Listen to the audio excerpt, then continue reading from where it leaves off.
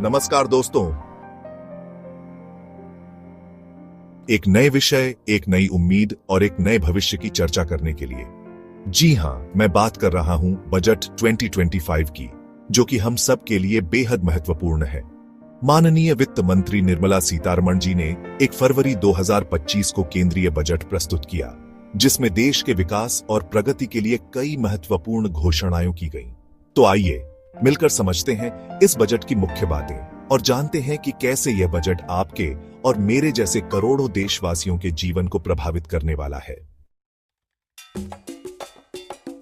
दोस्तों, सबसे पहले बात करते हैं उस घोषणा की जिसका इंतजार हम सबको बेसब्री से रहता है। जी हां, आयकर। इस बार सरकार ने आम आदमी को बड़ी राहत देते हुए आयकर की न्यूनतम सीमा को 10 लाख से बढ़ाकर 14 लाख कर दिया है।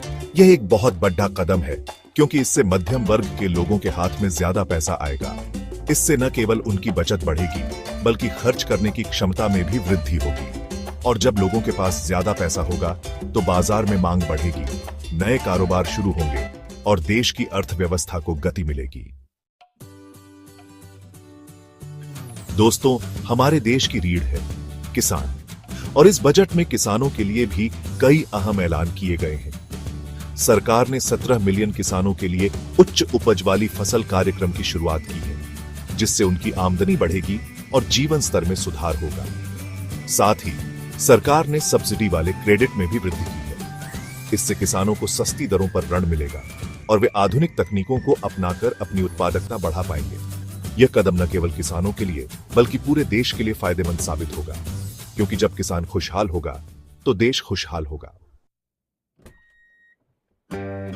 चैप्टर 3। दोस्तों, आज का समय बदल रहा है, नौकरी का ढंग बदल रहा है। गिग इकॉनमी का दौर है, जहां लोग फ्रीलांसिंग, कॉन्ट्रैक्ट और अन्य गैर पारंपरिक तरीकों से काम कर रहे हैं। सरकार ने इस बदलाव को समझते हुए गिग वर्कर्स के लिए स्वास्थ्य सेवा और कल्याणकारी योजनाओं तक पहुंच बढ़ाने के लिए कदम उठाए हैं। यह एक स्वागत योग्य कदम है, क्योंकि गिग वर्कर्स भी हमारे समाज का एक अभिन्न हिस्सा है और उन्हें भी सामाजिक सुरक्षा का अधिकार मिलना चाहिए।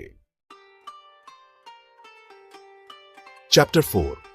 दोस्तों, किसी भी देश की तरक्की के लिए जरूरी है कि वहां नए विचारों, नए आविष्कारों और नए कारोबारों को बढ़ावा मिले। और इस बजट में सरकार ने स्टार्टअप्स, नवाचार, पर्यटन, बुनियादी ढांचे के विकास और ऊर्जा क्षेत्र में निवेश को बढ़ावा देने के लिए योजनाएं प्रस्तुत की है। यह कदम नए भारत के निर्माण में महत्वपूर्ण भूमिका निभाएगा, जहां युवाओं को रोजगार के अवसर मिलेंगे और देश दुनिया में एक नई पहचान बनाएगा। चैप्टर 5। दोस्तों, बढ़ती जनसंख्या और तेजी से हो रहे औद्योगिकरण के कारण देश की ऊर्जा की जरूरतें भी तेजी से बढ़ रही हैं। ऐसे में सरकार ने 2047 तक 100 गीगावाट परमाणु ऊर्जा प्राप्त करने के लिए न्यूक्लियर एनर्जी मिशन की घोषणा की है।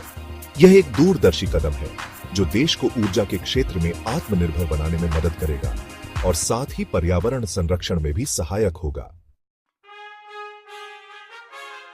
औतरो दोस्तों, कुल मिलाकर बजट 2025 एक ऐसा बजट है जो सबका ख्याल रखता है। यह बजट मध्यम वर्ग की क्रय शक्ति बढ़ाने, समावेशी विकास को प्रोत्साहित करने और निजी निवेश को बढ़ावा देने पर ध्यान केंद्रित करता है।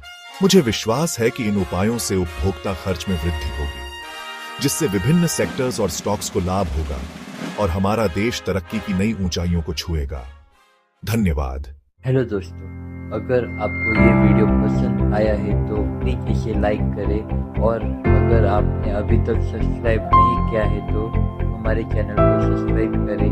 आपका सपोर्ट हमारे लिए बहुत मायने रखता है। अगर आपको इस वीडियो के बारे में कोई भी फीडबैक या सवाल है तो नीचे कमेंट सेक्शन में जरूर लिखें।